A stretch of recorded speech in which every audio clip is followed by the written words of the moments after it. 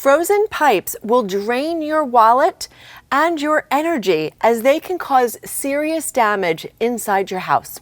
I want to share a few super simple tips to help you avoid a frozen disaster at your house. So before we dive into the tips, make sure you subscribe. My whole focus here at HIPChicks is to save homeowners money, stress, and time.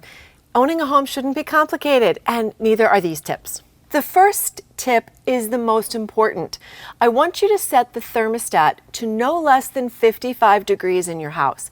This is usually warm enough to avoid frozen pipes. Now, of course, you do have to be careful when there are power outages, and you may need an alternate heating source to help keep your temperature at 55 or above. During the winter, you will want to drain any pipes that are not being used, like the garden hose, the sprinkler system, and even the pool supply lines. To do this, you're going to shut off the water at the valve inside and then drain the water out of the spigot on the outside. Remember that access to shutoff valves may be inside the basement ceiling or in the garage in an access panel.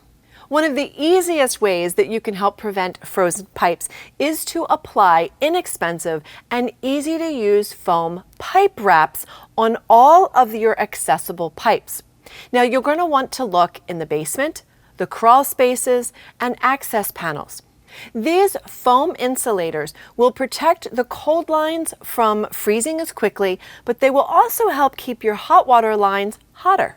These foam insulators come in 4-foot lengths. They cut easily with a pair of scissors, and they are pre-slit right down the middle so that you can easily wrap them around your pipes in seconds. They even come with L's and T's for all of your pipe turns, and some of them have a plastic tear-off that you can peel so that they stick together and form a nice tight seal around your pipes. When below freezing temps are predicted, consider opening the cabinet doors on your kitchen and bath cabinets so that the warm air can circulate underneath the sink to help warm up those pipes.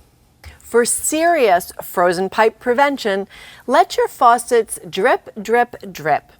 Open a faucet at the fixture that is furthest away from your water main, typically upstairs and on the other side of the house. Try one on each floor if really deep freezes are predicted. Moving water does not freeze as quickly as still water, so you only need a little intermittent drip.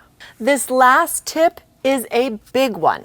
Turn off your water main before leaving and then open a first floor faucet to drain the water from all of the upper lines. One exception here. If you have radiant heat in your house, you will need to leave the water flowing for it to operate. So we're talking about radiators and water radiant baseboard heat. These are simple steps to avoid major disasters and expensive disasters. And you can try these at your place. And remember, the only acceptable frozen water is the lemon-flavored frozen water ice.